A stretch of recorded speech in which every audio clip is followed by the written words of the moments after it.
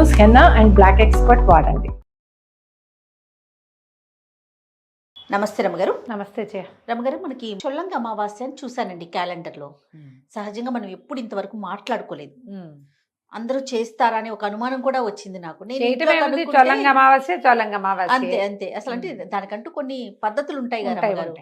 సాధారణంగా పాటిస్తాం, కొంతమంది పాటించాం. అసలు అంటే ఏంటి, దాని నియమాలే కానీ అట్లా ఏమన్నా ఉందా? చొల్లంగి అమావాస్య అంటే ఏంటి అసలు? ముందు చొల్లంగి అనేది ఒక గ్రామం, గోదావరి నదీ తీర ప్రాంతంలో ఉన్నది. అక్కడ అందరూ చేసేవాళ్ళని, దాని మీద ఆ పేరు మీద ఇది వచ్చిందని అంటారు. మరి అవునో కాదో తెలియదు. మౌని అమావాస్య అంటారు ఈ రోజుని. ఈ చొల్లంగి అమావాస్య అంటే మాఘమాసంలో కాదు, మాఘమాస ప్రారంభానికి ముందొచ్చే అమావాస్యని చొల్లంగి అమావాస్య అంటారు. పుష్య బహుళ అమావాస్య, మాఘంతో పాటు వచ్చేదే. ఈ అమావాస్య వచ్చిన మరుసటి రోజు నుంచి మాఘమాసం ప్రారంభం అవుతుంది. పుష్య బహుళ అమావాస్య అని కూడా అంటారా? ఇదే అది పుష్యమాసంలోనే ఉంది అది.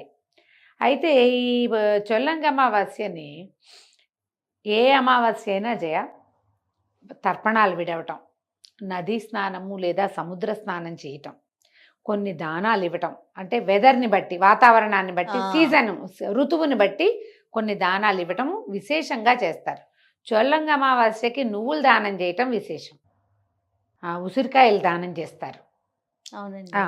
తర్వాత దుప్పట్లు అలాంటివి దానం చేస్తారు. అవకాశం ఉంటే చేసుకోవచ్చు. ఈ చొల్లంగి అమావాస్య విశేషంగా ఎక్కడ జరుపుతారంటే, మన తిరువళ్ళూరు వీరరాఘవ స్వామి వారి దేవస్థానం ఉంది.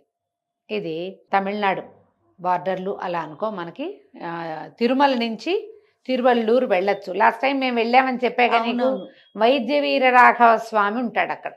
వీరరాఘవ స్వామికి తల కింద మందుల సంచి పెట్టుకుని పడుకుని ఉన్నట్టుగా కనపడతాడు. వీరరాఘవుడు చాలా విశేషమైన వాడు. ఆరోగ్యం సిద్ధిస్తుంది అక్కడికి వెళ్తే. Okay okay. ఎక్కడా కుదరని సమస్యలు తిరువళ్ళూరులో ఆ ఊరు దర్శనం చేసుకుని అక్కడ నిద్ర చేస్తే తీరుతుంది. ఈ తిరువళ్ళూరులో ఒక కోనేరు ఉంది. ఆ కోనేరులో బెల్లము ఉప్పు సమర్పిస్తారు జయ. చొల్లంగి అమావాస్య నాడు బెల్లం సమర్పించడం చాలా విశేషం. ఉప్పు కూడానండి? ఉప్పు కూడా. ఉప్పు కొన్ని సందర్భాల్లో అందరు సాధారణంగా అక్కడ సమర్పించేది బెల్లమే. ఇప్పుడు మనం అక్కడికి వెళ్ళలేము. మనం ఆ చొల్లంగి అమావాస్య నాడు మగవాళ్ళ తర్పణాలు విడిస్తే స్త్రీలు పిల్లలు ఒక బకెట్ తోటి కానీ ఒక పాత్రతోటి కానీ నీళ్లు పెట్టి దానికి ప్రదక్షిణ చేసి అందులో బెల్లం వేస్తారు. ఓకే. ఆ నీటిలో బెల్లం వేస్తే కనుక ఆరోగ్యానికి మంచిది, అనారోగ్యాలు తగ్గి ఆరోగ్యం సిద్ధిస్తుందని ఒక విధానం చెప్పబడుతుంది. చొల్లంగి అమావాస్య నాడు వీరరాఘవ స్వామి దర్శనం చేయడానికి మన ఆంధ్ర తెలుగు ప్రాంతాల వాళ్ళంతా వెళ్తారు. మనకు తెలియదు చూడు. అవునండి కదా.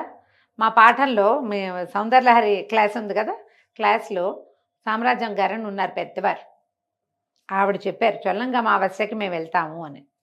అక్కడ దీపం పెడతారు, దేవాలయంలో దీపం పెట్టడము, ఈ కోనేట్లో బెల్లం సమర్పించడము విశేషంగా చేస్తారు. ఆ తర్వాత నేను గుంటూరు వాళ్ళు, మా అక్కయ్య గారు అమ్మాయి గుంటూరులో ఉంటుంది, తను చెప్పిందనమాట ఇట్లా బెల్లం సమర్పిస్తామని. అంతకుముందు నేను 4-5 దగ్గర విన్నాను ఈ మాట, బెల్లం ఇవ్వటం అనేది. బెల్లం నీటిలో బెల్లం వేస్తారు అని. అది ఏ సందర్భంలోనో నాకు తెలియలే. అదే ఈ తెలుసుకున్న ప్రత్యేక విషయాన్ని నేను చెప్పాలనుకున్నాను. మీకు అవకాశం ఉంటే ఎక్కడైనా నదీ స్నానానికి వెళ్ళండి. నదికి తీరాన ఉన్నటువంటి విష్ణు క్షేత్రం ఏదైనా శ్రీ వైష్ణవ క్షేత్రం ఉంటే అక్కడికి వెళ్ళండి. విష్ణువాలయం ఉంటే అది విశేషం.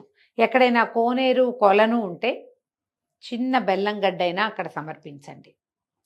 తప్పకుండా ఈ చొల్లంగి అమావాస్య రోజున విష్ణువాలయ సందర్శనం చేయండి, ఆరోగ్యానికి మంచిది.